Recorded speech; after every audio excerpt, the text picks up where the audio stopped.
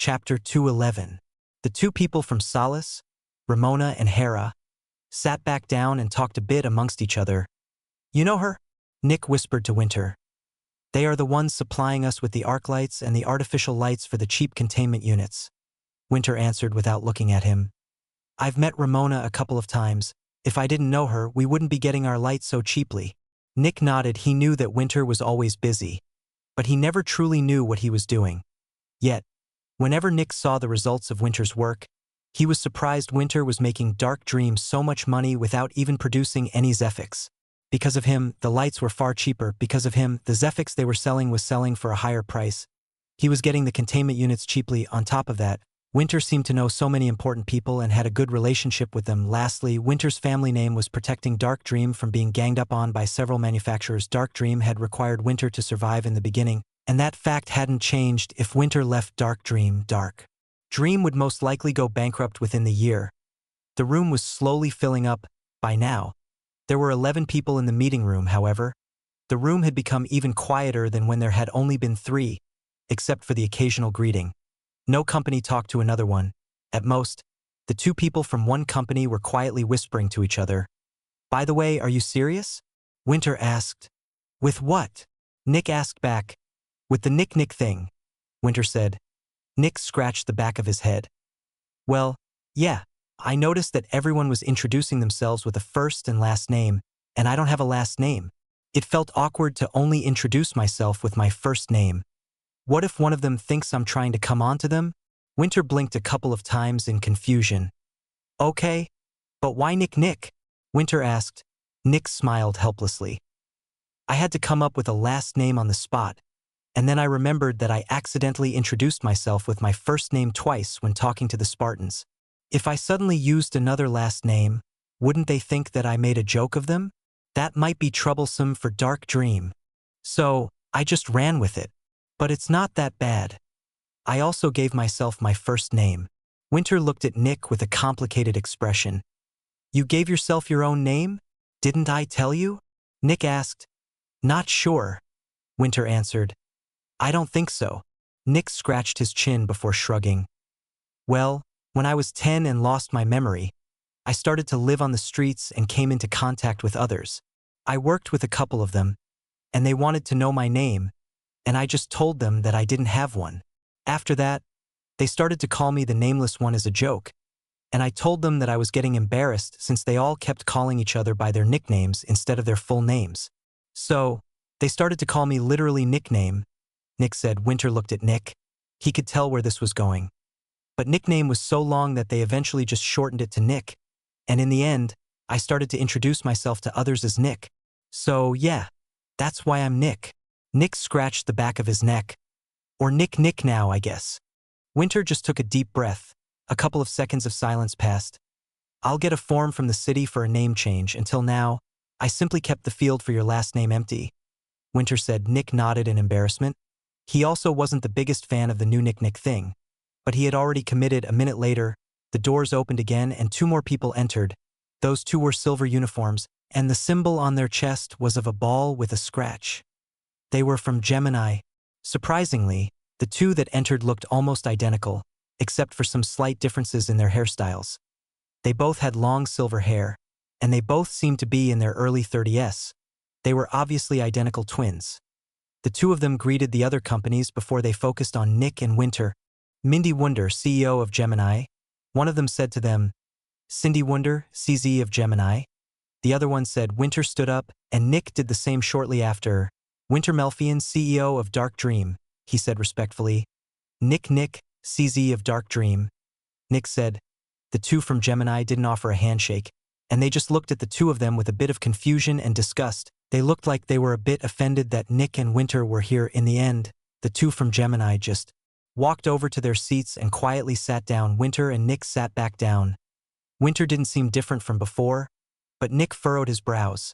He felt a bit disrespected, but in the end, he could only sigh. Those 2 should be experts. They actually don't need to offer a handshake. Their power is worlds apart from ours. Then Nick looked at Winter, or more specifically, mine. Winter still has his family, I don't. At that moment, a concerned expression appeared on Nick's face. "Family," Do I have one? Did I have one? I mean, I must have had one. But they probably died when we accidentally came into contact with the null.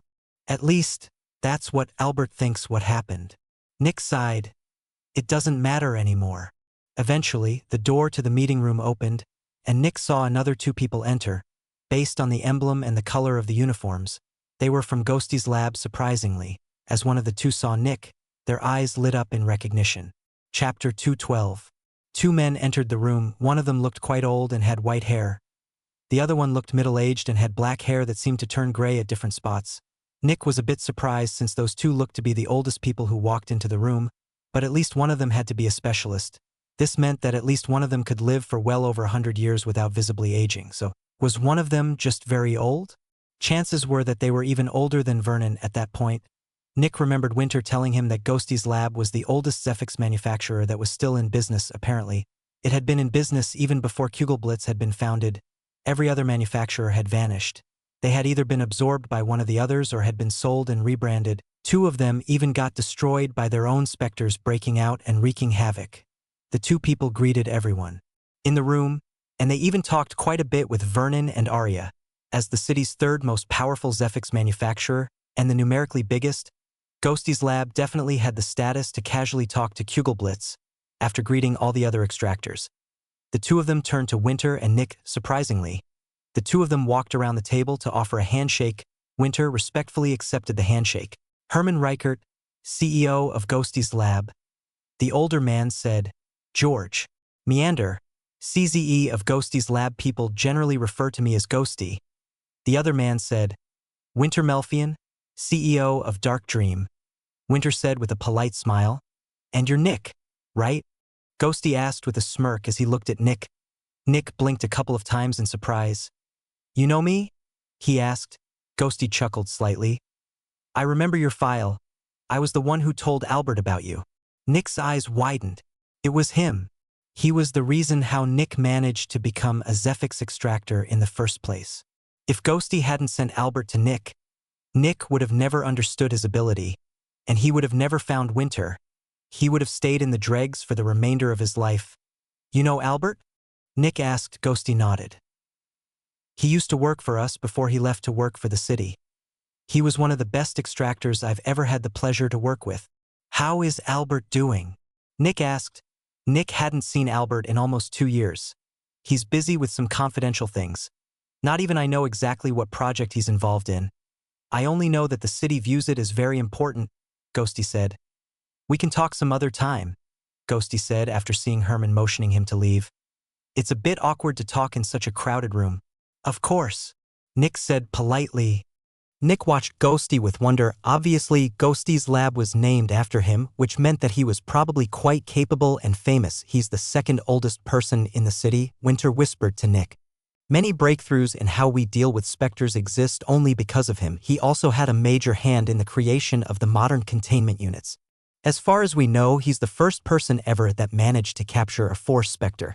Nick took a deep breath. This meant that he was essentially sitting at the same table as a living legend. However, Nick couldn't think about these things for long since the doors opened again rather quickly this time.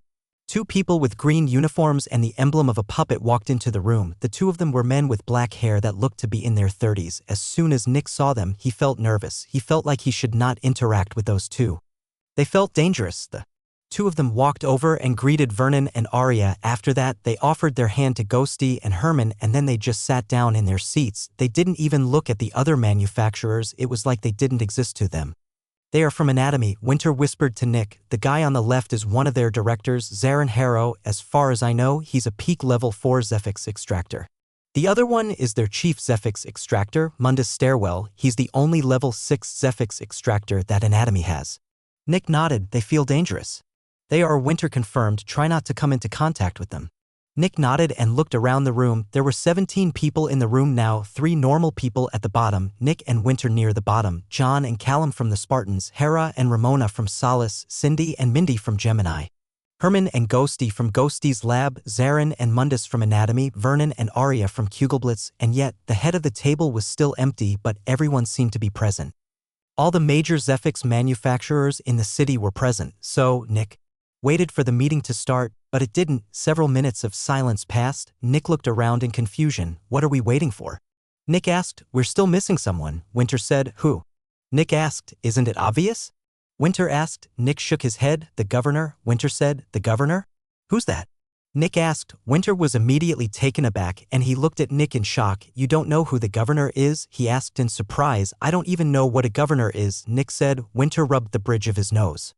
How did you work for 2 years for me and never came into contact with the concept of a governor? I don't know. I don't even know what or who that is, Nick said with annoyance. Don't always act like I'm an idiot. Winter took a deep breath. The governor is the oldest and officially most powerful person in the city, and he is the leader and ruler of Crimson Fungus City. The only one that might be able to match his power is Arya, but I wouldn't bet my money on her. Nick's eyes widened in wonder, then the doors opened. Chapter 213. A middle-aged man with black hair entered the room. As soon as he did, the entire atmosphere seemed to change, and the temperature seemed to drop by several degrees. He wore a suit with the same colors as Nick's uniform, which showed that he belonged to the city.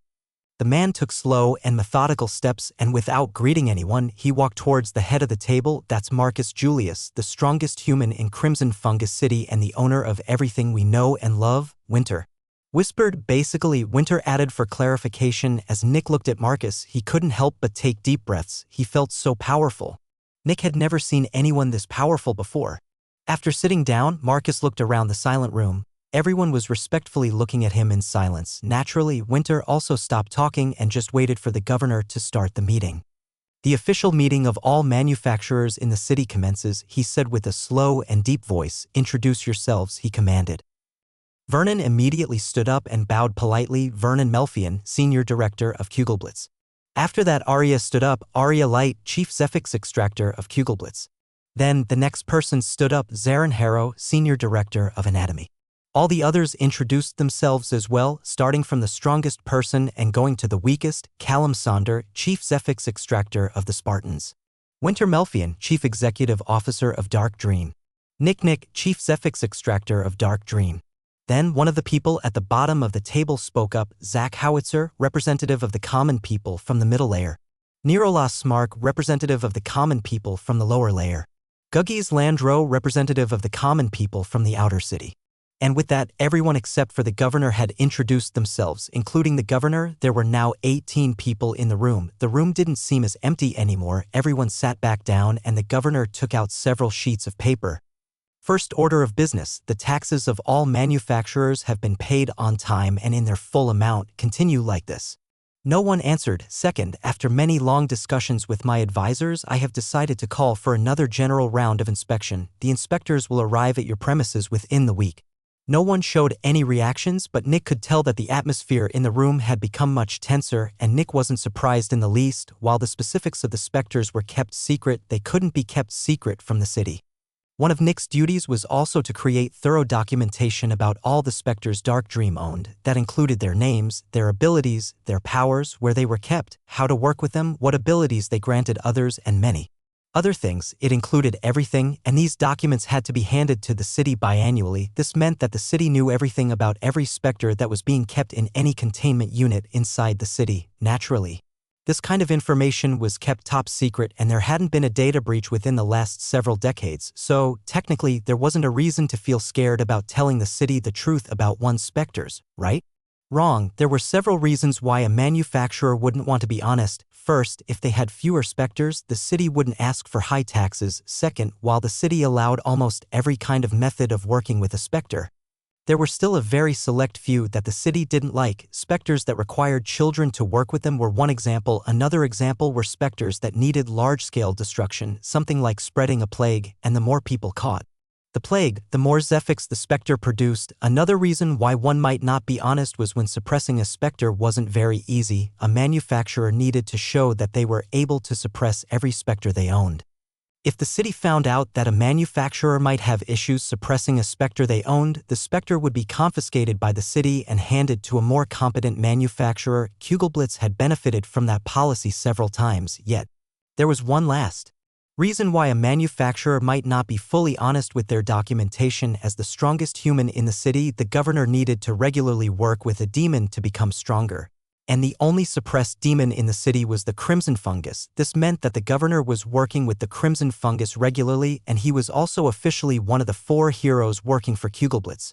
While it was definitely the governor being in charge, people still didn't feel comfortable with the governor working for Kugelblitz. While there had not been a data breach yet, the manufacturers were still suspicious. "Sir, please consider postponing the inspection," Zarin Harrow, the CEO of Anatomy, said. "Give me a reason." The governor demanded. "We are currently in the process of restructuring, which means moving many specters from one containment unit to the other. Leading an inspector through all the containment units in this scenario is bound to lead to confusion and danger," Zarin calmly explained. "Why would that lead to confusion and danger?" "You can simply explain that to the team of inspectors," the governor asked coldly. "Due to a recent paradigm shift in working procedures, the documentation for the move is not centralized, and many localized reports could cloud the greater picture, leading to misunderstandings of us trying to keep information hidden from the city, which is not our intention," Zarin explained with a smooth voice. While Zarin sounded extremely confident and calm, what he said didn't fully make sense to Nick's ears, and if it didn't make sense to Nick's ears, it definitely didn't fool any of the other people in the room, except for the 3 representatives at the bottom of the table. Of course, everyone knew that Zarin was bullshitting. He just didn't want to get investigated. Chapter 214. The governor looked at Zarin Harrow with a solemn expression. "The number of Debilify cases has spiked in recent times," the governor said. "We are suspecting that one of the manufacturers is keeping an illegal specter. These inspections are also a strain on the city's forces, and if it weren't for the high number of cases, I wouldn't call for one. So, no, I can't reschedule the inspection," the governor explained. "Debilify," Nick thought. "Is that a disease?" "Sir, Anatomy is willing to investigate these cases and search for an effective method of prevention," Mundus Stairwell, the chief Zephyx extractor of Anatomy, said. The governor looked at Mundus and remained silent for several seconds. "Many of the hotspots for Debilify are in areas where extractors of Anatomy are already assigned to, and we have witnessed no progress in the investigation yet," the governor said. "Sir, we are not trying to keep some kind of secret from you, but if you go ahead with the inspection right now, we fear that our intentions will be misunderstood," Zarin Harrow said. "If there is no way for us to reschedule the inspection, we can only ask for a delay in exchange for results in the investigation of Debilify." The governor glared at Zarin. "Explain." "We have recently found a preventive measure that seems to reduce the chance of suffering from Debilify." "Why have I not been informed until now?" the governor asked with an annoyed voice. "We are still in the testing phase. We have been running trials, but we are not yet sure if the preventative measure causes any secondary issues," Zarin explained. "Secondary issues worse than being unable to move and focus on anything for more than 10 minutes a day?" the governor asked with an undertone of aggression.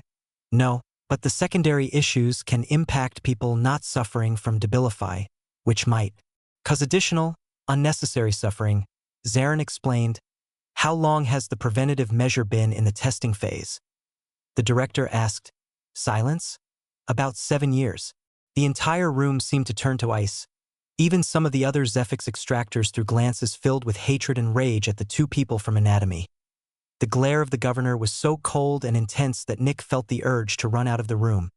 Even though he wasn't the recipient of its silence, eventually, the governor took a deep breath through his nose.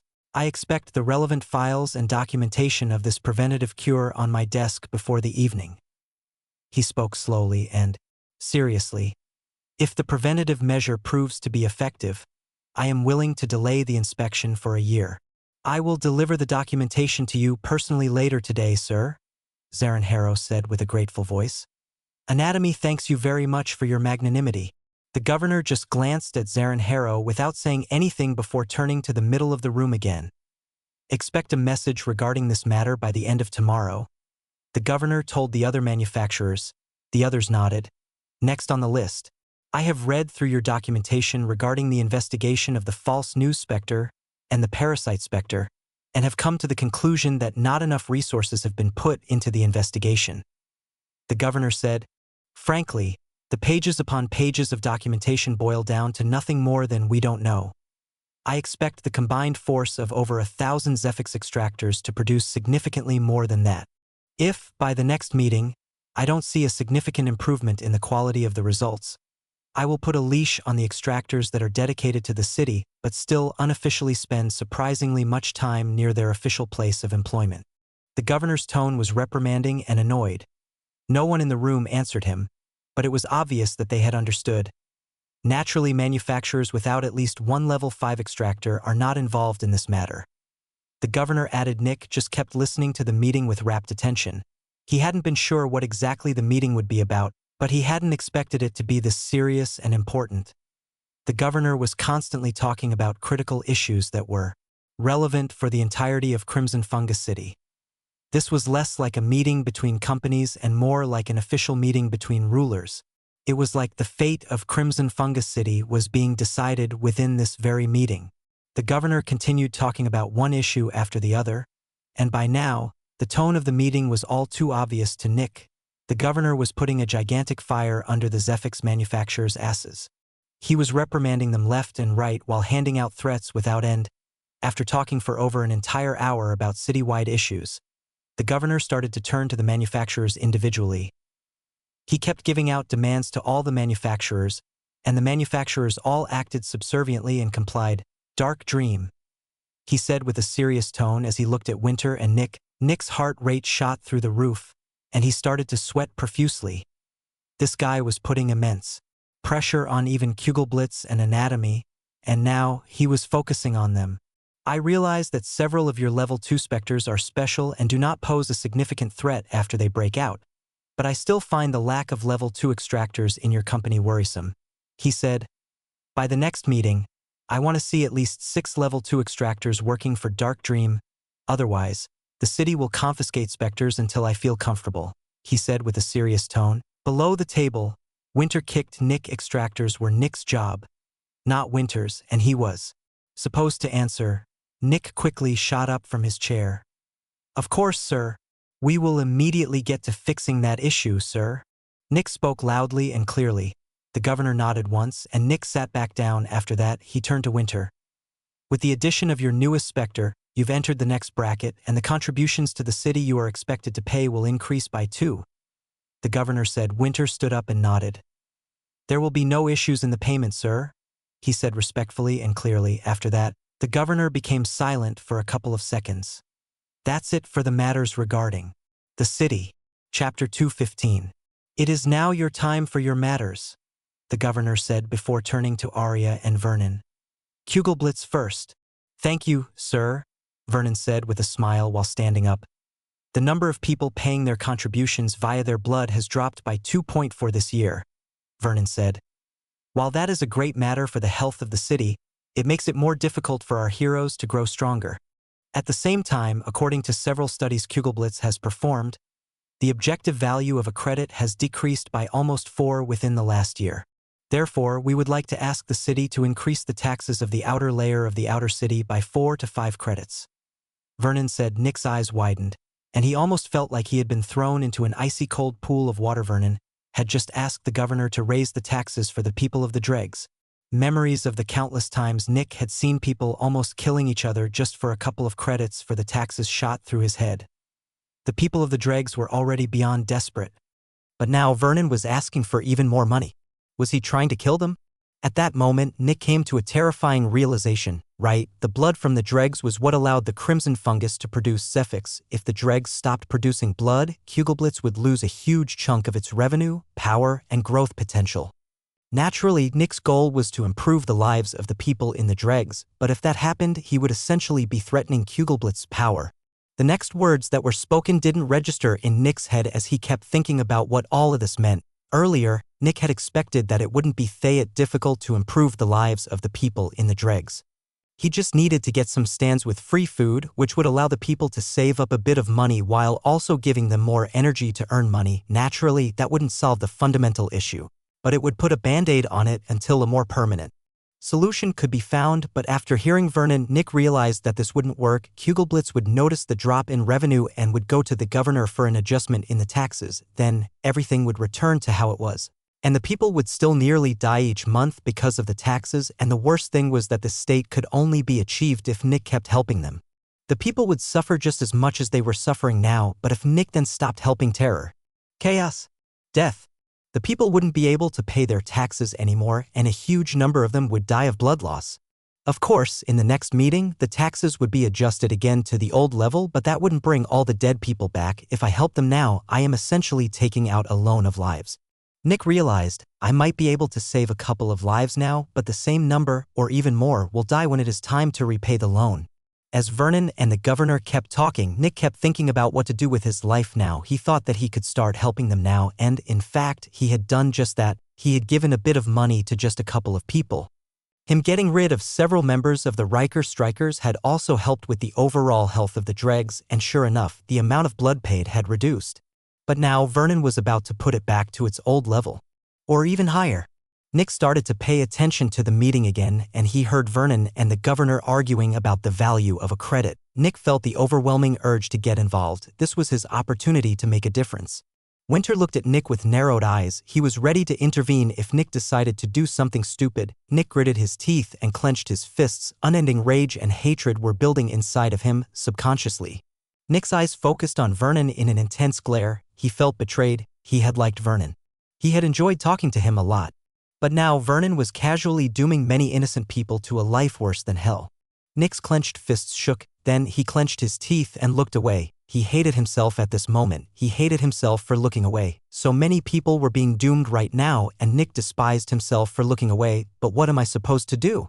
He thought in frustration and rage. If I get involved, it will cause trouble for Dark Dream. If Dark Dream dies now, I will never be able to help the people of the dregs. I'm not strong enough. Nick had never hated his own weakness this much in his life. He was so weak that none of the other manufacturers even needed to pay attention to him. Winter kept looking at Nick calmly. He could tell what Nick was thinking about, sadly. Winter couldn't do more than Nick. In the end, he just sighed. If the rate of blood donations sinks again this year, I will consider increasing the taxes, the governor said, but I will not increase them this year. That is my final decision on the matter. Of course, sir, Vernon said with a polite smile before he sat down again. When Nick heard that, he released a sigh of relief. At least the people of the dregs didn't need to suffer this time. But if I keep helping them like this, the governor will increase the taxes, Nick thought. If I want to help the people of the dregs, I need to do it in a different way. Nick glanced at Vernon. Kugelblitz wants blood, but they don't care where the blood comes from. As long as I can increase the amount of blood, the taxes won't increase. Chapter 216. After Vernon was done speaking, Arya stood up. She talked a bit about the extractors that every manufacturer needed to dedicate to the city and tried to change a couple of allocations. All these changes seemed to be unimportant and uninteresting to Nick, especially since these changes were only relevant to people in the inner city and bigger manufacturers. After a couple of minutes, it was time for Anatomy to say their piece. Yet, surprisingly, they didn't have to say anything. They don't want to challenge their luck. Winter whispered to Nick. Nick nodded in understanding. The governor had made it clear that he was suspicious of Anatomy earlier when they had talked about the inspection. Anatomy managed to buy a year of time, and they were not willing to risk that year just to ask the governor for some minor advantages. After that, it was time for Ghosty's lab. Ghosty's lab only talked a bit about their recent scientific research. Ghosty himself talked about the research for almost 20 minutes. Nick wasn't sure what the point of all of that was until Ghosty talked about a new product. Ghosty's lab was developing a method of converting a normal containment unit into one that could suppress force specters without the need to relocate the specter inside it. The product was still in its test phase, and Ghosty was asking for public funding for his research. The governor declined, however. Nick could tell that this had never been about the funding. Ghosty had simply used this opportunity to present his new product in detail to the important people of every manufacturer, and sure enough, Nick saw a couple of people looking at Ghosty with interest. Some physical specters can turn into force specters after they advance a level. Winter whispered to Nick after seeing his confused expression. If that happens, that specter will almost certainly breach, and in the best-case scenario, the city will demand hefty fines that are well in excess of the value of the specter. Nick's eyes widened in surprise. That was the first time he had heard about one kind of specter changing into another kind. That can happen? Nick asked. It is very rare, but there are precedence cases, Winter said. If, by chance, something like this happens to one of the manufacturers, the issue will not be the fine they will have to pay, but the loss of trust and confidence. The city will start demanding more extractors in relation to specters, which will essentially gut the profits of a manufacturer for several years. For manufacturers like Kugelblitz and Anatomy, converting almost all their containment units to avoid this risk is worth it, and it's also cheaper based on what Ghosty said. Winter explained Nick could only nod in agreement after Ghosty's lab was done.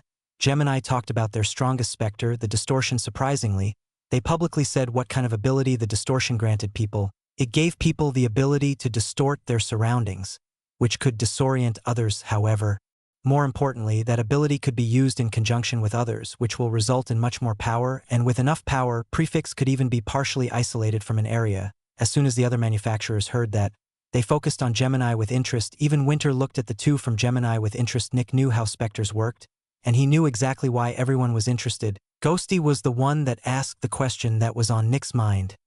Does that help in suppressing force specters? Mindy Wunder, the CEO of Gemini, only smirked. Yes, it does.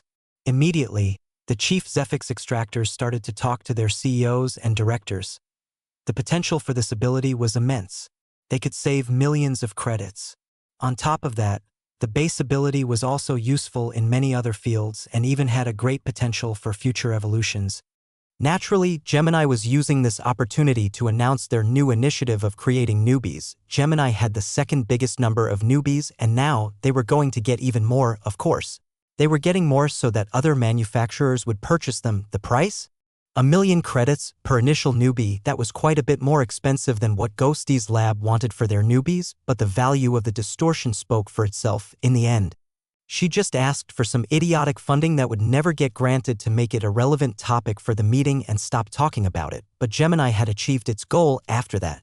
Solace talked a bit about the extractors they had to dedicate to the city. Apparently, they needed more extractors for the next 3 months and asked for the city's help. The governor said that they would only need to dedicate 10 of their extractors to the city for the next 6 months, but he would expect 30 for the 6 months after that. Solace just thanked him and accepted.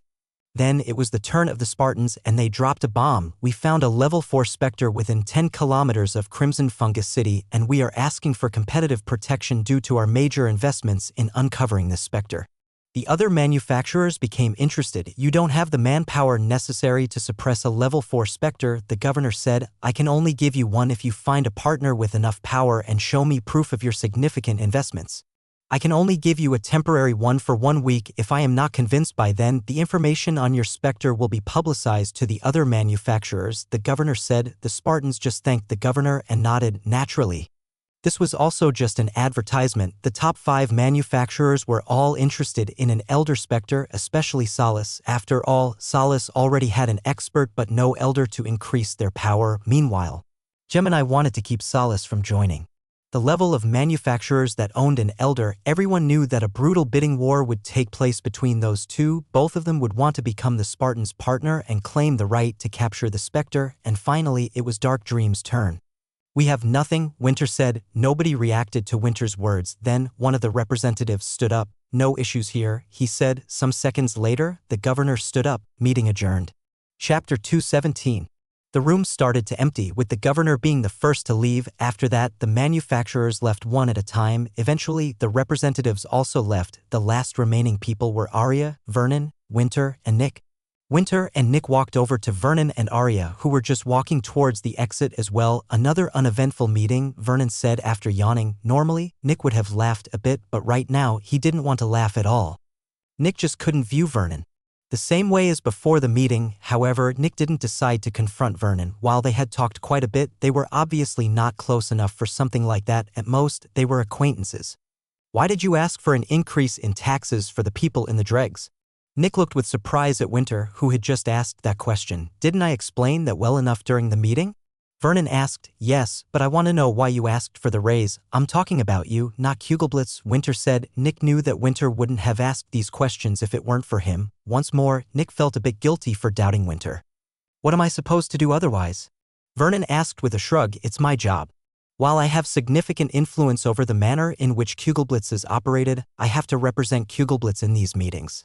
The decision to ask for an increase has already been made internally, and if I didn't ask for it during the meeting, I might lose my job, Vernon explained. It doesn't matter what my opinion is, I only represent Kugelblitz as a whole in these meetings. When Nick heard that, he realized that things were more complicated than he had expected. It was possible that Vernon actually didn't want an increase in taxes, however, it was also still possible that he wanted it. Nevertheless, Nick realized something important. Not even Vernon has the power to change these things, Nick thought. He might represent 20 of Kugelblitz, but if 50 of the other 80 want something, he can just comply. It's difficult to change anything. If I want to permanently change the lives of the people in the dregs for the positive, I need even more power than Vernon. And there are only 4 ways to achieve that. First, by a significant portion of Kugelblitz. If I can change the way it operates, I can solve the issue, but that needs billions of credits. Second, by parts of Dark Dream and make it stronger than Kugelblitz, but to do that, I need to become a hero and capture a demon. Third, become an extremely high member of the city government. With that, I can subtly change the laws and make it better for the people in the dregs. However, I probably also need to be a hero to achieve that at the very least. I need to be a powerful specialist. Lastly, become the strongest person in the city. If I am so powerful that nobody in the city can possibly hope to fight me, I can force the change on the manufacturers. Yet, that also requires me to become an extremely powerful hero. Which means I have to work with a demon, which means I have to catch one since I can't rely on the crimson fungus if I want to go against Kugelblitz. In the end, it all boils down to 2 things: money and power. And to get such a large amount of money, I also need a great amount of power. No matter how much I think about these things, it all boils down to power in the end. Nick was taken out of his thoughts as Vernon called for him. Yes. Nick asked, "Do you want another cup of coffee?" He asked. Nick definitely loved coffee, but he couldn't care less about it right now. The things he was thinking about were far more important to him. And he felt like he would be wasting his time by drinking coffee with Vernon. "No, thank you," Nick said. "I have to go back to Dark Dream and check up on my extractors. I also have to think about how to properly increase the power of my extractors since the governor wants Dark Dream to become stronger." Vernon just waved dismissively. "Oh, that?" Marcus is actually very happy with the progress of Dark Dream. He just has to be all tough in public and act like he is not happy with any of the manufacturers. If you have 2 or more adolescents, you will easily get that number of level 2 extractors in a year. Marcus essentially only demanded Dark Dream to not shrink and become weaker within the year, Vernon explained. Usually, Nick would feel relieved.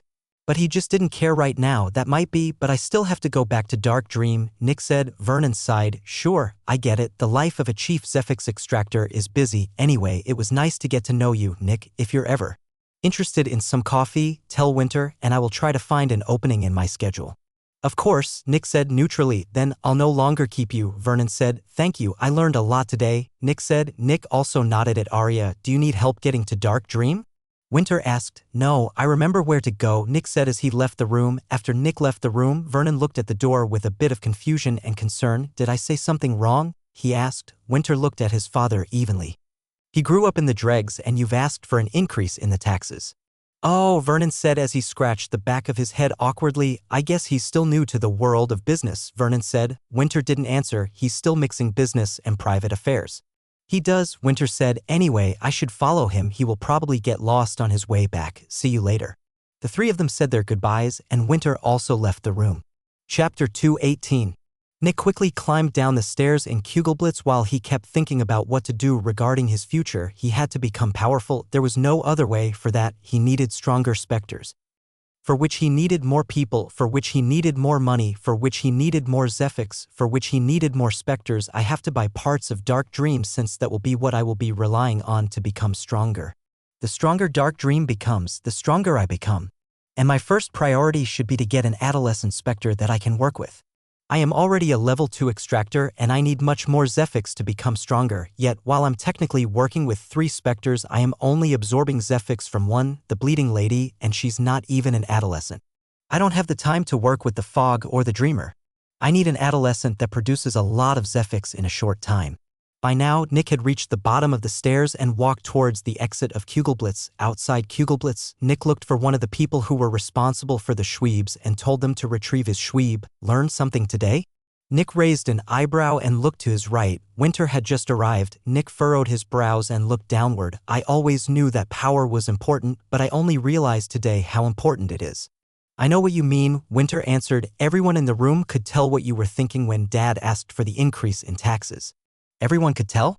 Nick asked. Winter nodded. It's not difficult. Powerful Zephyx extractors have terrifying senses, and your gnashing teeth were very audible to them. The only one that didn't notice was Dad, since he was busy focusing on the governor.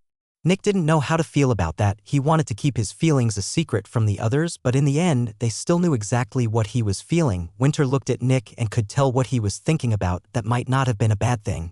Winter said, "Why?" Nick asked, "I can't be sure, but there might be a possibility that your intense display of emotions has swayed the governor's decision in the matter. It's a long shot, and I can't possibly be certain, but I'm certain the governor noticed," Winter said. Nick looked at Winter with a shocked expression. "I repeat, I can't be sure, and I am only making a guess here. It is only a possibility," Winter said when he saw Nick's expression, "but as far as I know, he generally doesn't let issues like that hang. Dad had a very solid argument that was based on indisputable facts, but in the end, the governor said that he would make a decision on it next year. Maybe he wanted to give a certain someone an opportunity to change things," Winter said. Nick's mind was going wild with possibilities. Nick was easily earning enough to pay the taxes of every person living in the dregs, which meant that he had the monetary means to help them. The issue was the politics and the implications of interfering in this matter. Nick would probably be costing Kugelblitz tens of millions of credits per month if he went all out. Chances were high that Nick would vanish. "A couple of days later, he's giving me an opportunity?" Nick asked. "Like I said, I can't be sure," Winter answered. "It's only a possibility." Nick furrowed his brows and kept thinking about how to proceed. "I can only think about how to solve this issue when I know more about it. For now, I should focus on my power. Every day without a good adolescent specter I can work with is a day wasted. But first, I want to buy shares in Dark Dream," Nick said. "I was waiting for you to say that," Winter said with a smile. "It seems like the meeting has helped you a lot."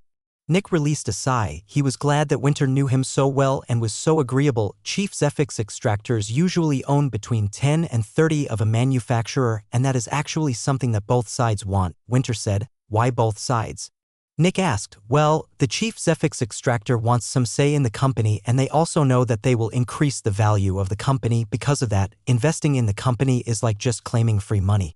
On the other side, the company wants the Chief Zephyx extractor to own a significant portion to bind them to the company's success. If the company fails, the Chief Zephyx extractor will lose a lot of their wealth since a significant portion of it is tied to the company. Therefore, Chief Zephyx extractors are incentivized to do their absolute best for the company," Winter explained. Nick looked at Winter with interest. "So, you're willing to sell me some shares?" Winter nodded. "For now, I'm willing to sell you 30 of the company, but that might get diluted in the future if we need significant funding for a project. But I can assure you that it will never fall below 20. Nick nodded. "That sounds good. What's the price?" "Naturally, since you are a significant reason for Dark Dream's success, I'm essentially gifting these shares to you. You get 30 of the company for 1.5 million credits. You should have that lying around," Winter said. Nick took a deep breath. 1.5 million credits were a huge chunk of his savings. However, Dark Dream could probably be sold for around 50 million credits. Currently, 30 of that would be 15 million credits. Winter was essentially selling Dark Dream's shares to Nick at 10 of their actual value. Nick and Winter ironed out the details of the deal before they drove back down to the lower layer. Some minutes later, they left the inner city after Nick entered his office again.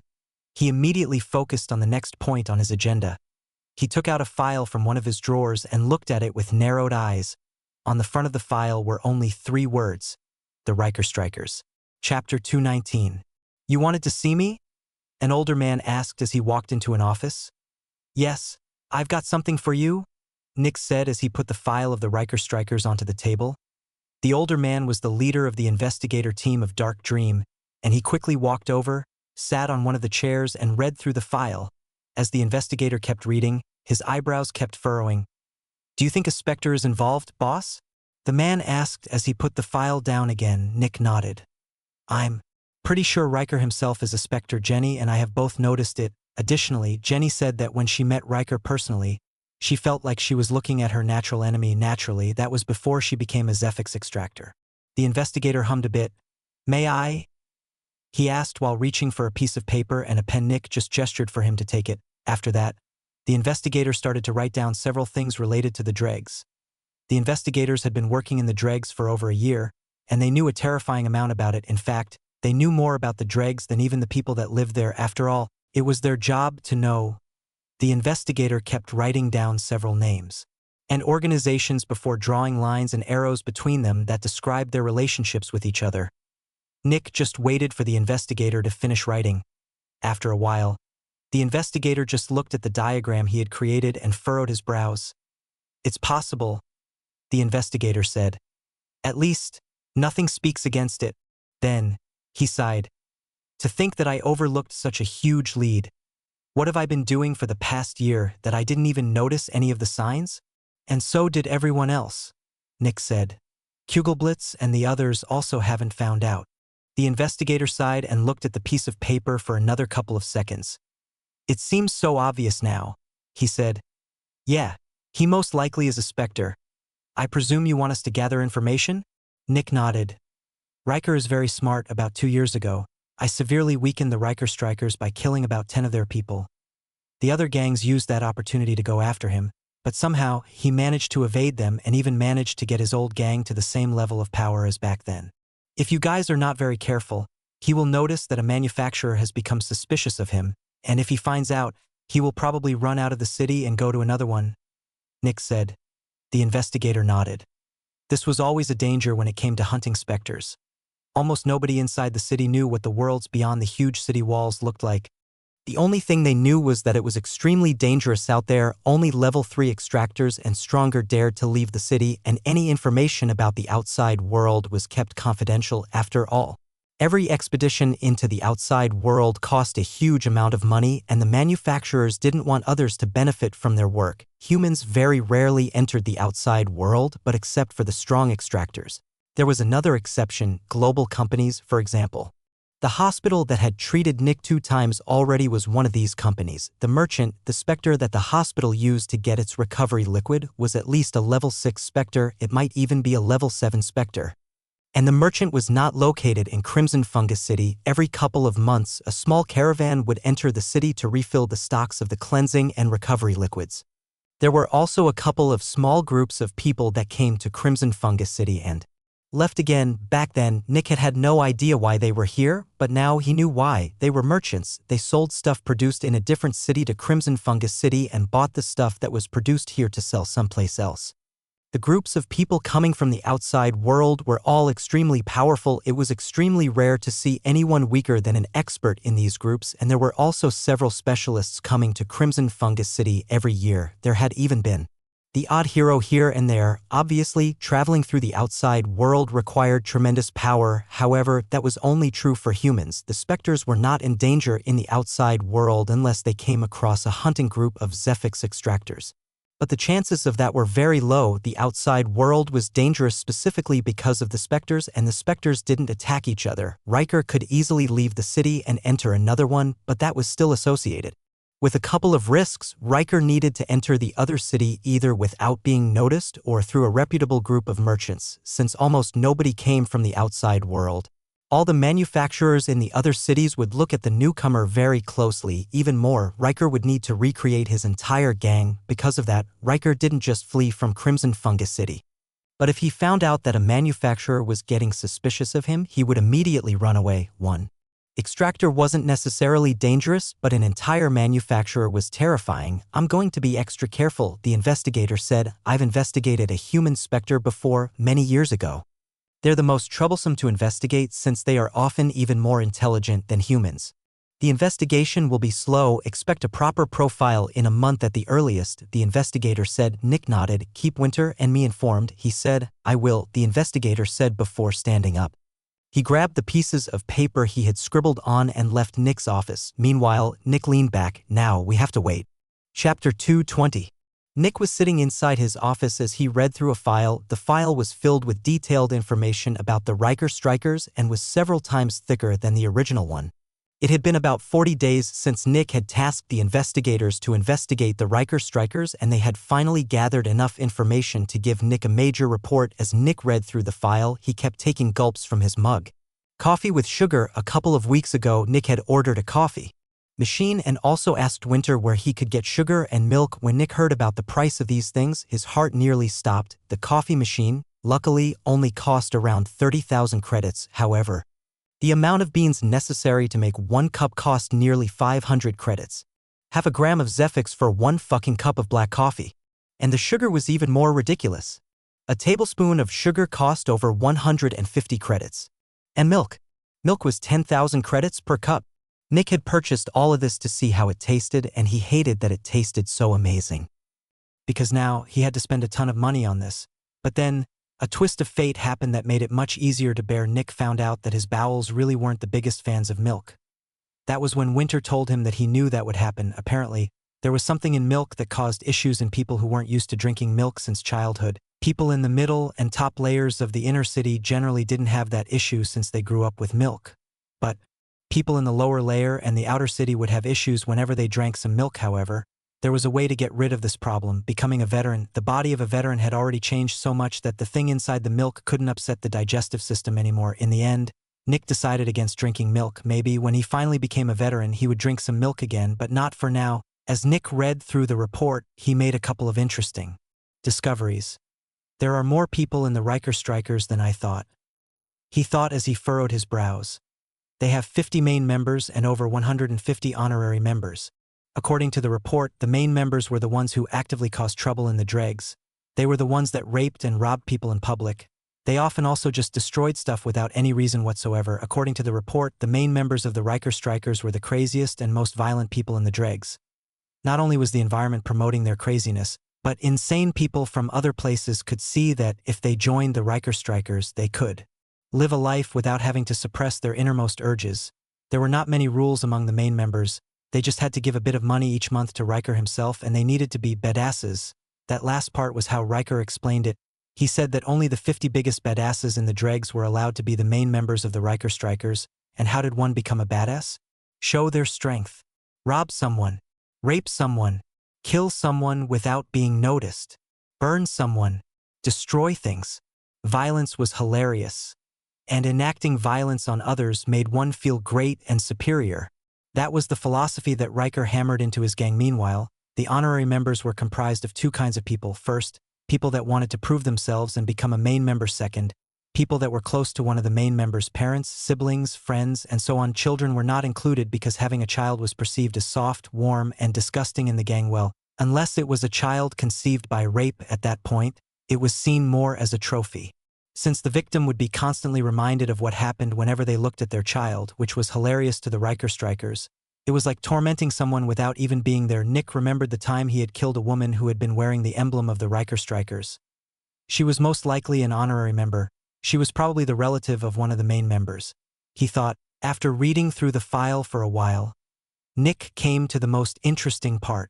Presumed way Riker becomes more powerful. Nick thought.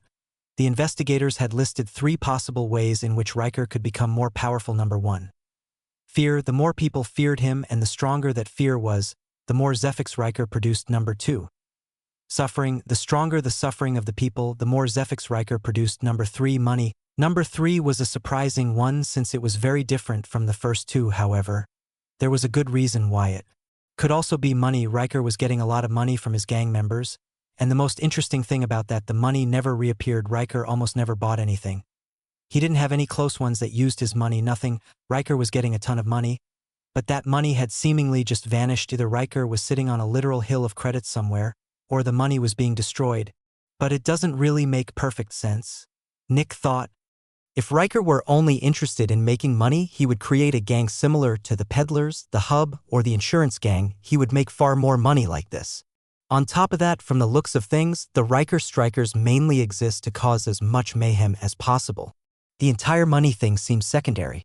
After reading through that part, Nick read through the closing thoughts in the report, and when he read a certain line, his eyes narrowed. It might be possible that Riker is in cahoots with a manufacturer in exchange for letting Riker do his thing. They were pocketing all the money he stole. It's possible, Nick thought.